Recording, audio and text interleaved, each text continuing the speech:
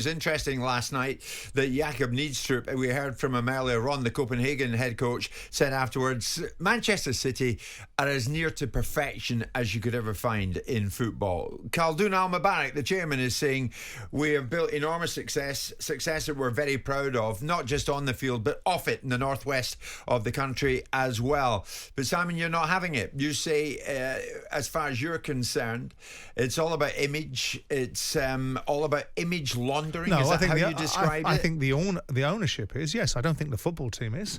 I think Pep Guardiola is the best manager in world football. I think they're on a par with Jurgen Klopp. I think if Jurgen Klopp had some of the resources that he had at Manchester City, I think Jurgen Klopp would have done the same things.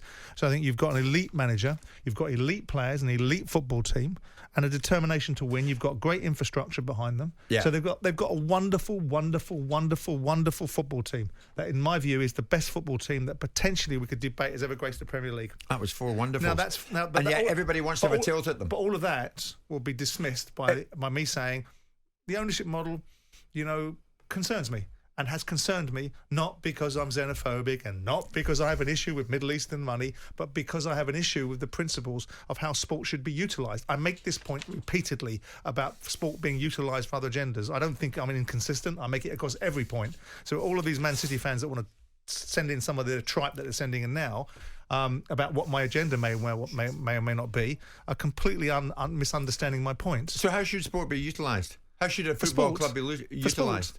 For sport, and ultimately Manchester City are giving their fans the best time of their lives. What's wrong with that? I actually don't think that sport should be utilised full stop. I actually don't think there's anything wrong with people making money from sport because everybody else does, so why shouldn't an owner? So if a player makes a fortune out of sport, and everything in the last 25 years has been the increase in the huge benefits to players, managers, the unions, the agency side of things. So I don't think there's any issue with people making some capital value out of sport, and it's all part and parcel of it. But when you've got certainly difficult regimes operating with certainly difficult positions in the world and certainly different parameters than we operate with, and given the fact it's an English asset, with respect, I think I'm entirely within my gift to turn around and say, I think English football clubs should represent the values of this country and not be hijacked by other countries with an idea to be able to launder what they think they want the world to look at them through. Simon, it's an English asset that is benefiting England. And the top flight football league in England. And there's the juxtapose. Is it? Of course it is. Is it? Okay. Benefiting England. Well, the main beneficiaries of Manchester City's success are Manchester City. Manchester City have got everybody in the world talking about Manchester City. And the main beneficiaries... Football lovers worldwide are talking about them. And the main beneficiaries of Liverpool's success are Liverpool. And the main beneficiaries of any football club's success, ultimately, of course, there's benefits of association. Of course, as a result of having elite football teams, you're going to have some, like we debated yesterday, about the benefit of Wrexham and their ownership model enhancing some of the value of the overseas rights. It's not a debate. Yes, it does. But is it a determining factor? Probably not. Was the Premier League rocking and rolling and growing at ridiculous rates before Manchester City alighted upon huge investment and huge change of direction in their ownership? Yes, it was. So if Manchester City dropped off the face of the earth, if they got charged with 115 charges and dropped into another division, which won't happen, by the way, would that mean the Premier League would suddenly not be getting £5 billion a year? No. Would it not be still getting the same amount of eyes on the prize? No. You see, ahead of Liverpool Man City on Sunday, it's almost predictable, but the Liverpool side of things is coming through in terms of quotes from Trent Alexander-Arnold. Looking back in this era, although Manchester City won more titles than us and have probably been more successful, our trophies mean more to us and our fan base because of the situations at both clubs financially. How both clubs have built their teams and the manner in which we've done it probably means more to our fans. Well, I think that's untrue. Does he think for one moment that City's success doesn't mean as much to City's fans? Well, that's where he's on very fragile ground. That's where he's on infertile ground. He's not in the right space. He can't possibly suggest, in any true sense of the word, that the value of Manchester City to its fans is any less than the value of... But he's straying into your narrative. No, he's not. Because you're suggesting that City aren't a legacy club. He's not straying into my narrative. Yes, he is. No. He's departing into a different area. Plastic club type thing. I've never said... I may well think that they're a manufactured club. I may well think... Never mind think it, you've said it. I may well think that Chelsea are too. There's no organic growth about them. They've been created by one person's will. And one person's money, in the instance of Roman Abramovich for Chelsea and the instance of Sheikh Mansour for Manchester City.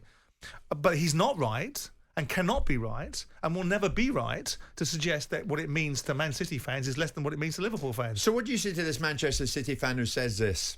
Morning, guys. What's wrong with wanting the world to see you in a better light? Should the world still hate England because of our bloodthirsty past? He's got a point, hasn't he? Well, we spend our time in this country self-flagellating. We spend our entire time telling the entire world how awful we are. We were allowed to change. Why can't the Middle East? Now, that middle line is a cracking line. Should the world still hate England because of our bloodthirsty past?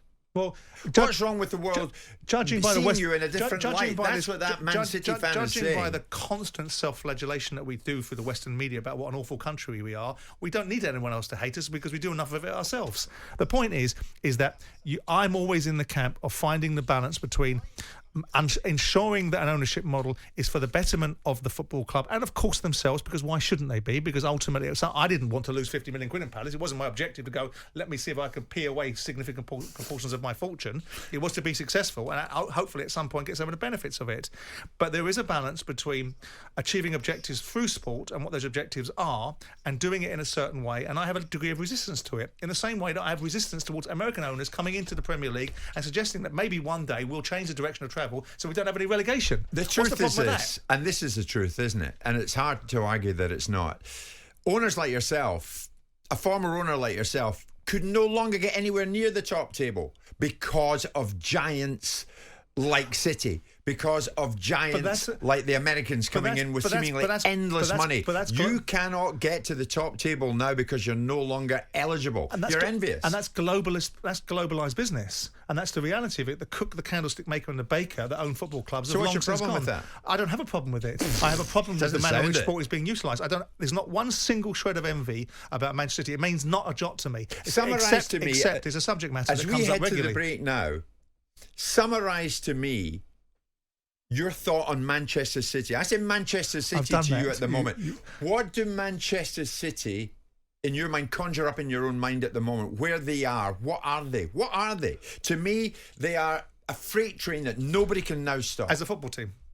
As a football team. As a football club. No, as a football team. There's two different things. As a football team, they represent unique excellence, the like of which we may have never seen before. As a football operation, I have reservations about them. I have reservations about their ability to be able to face the charges that I think they should be facing. I have reservations about their agenda and their motivations. I have reservations about those areas because I think they're reasonable reservations to have.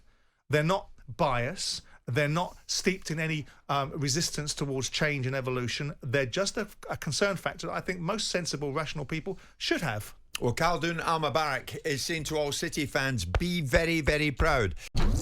Jim White and Simon Jordan. Monday to Friday mornings from 10 on AM, on DAB, via the TalkSPORT app and on your smart speaker. TalkSPORT.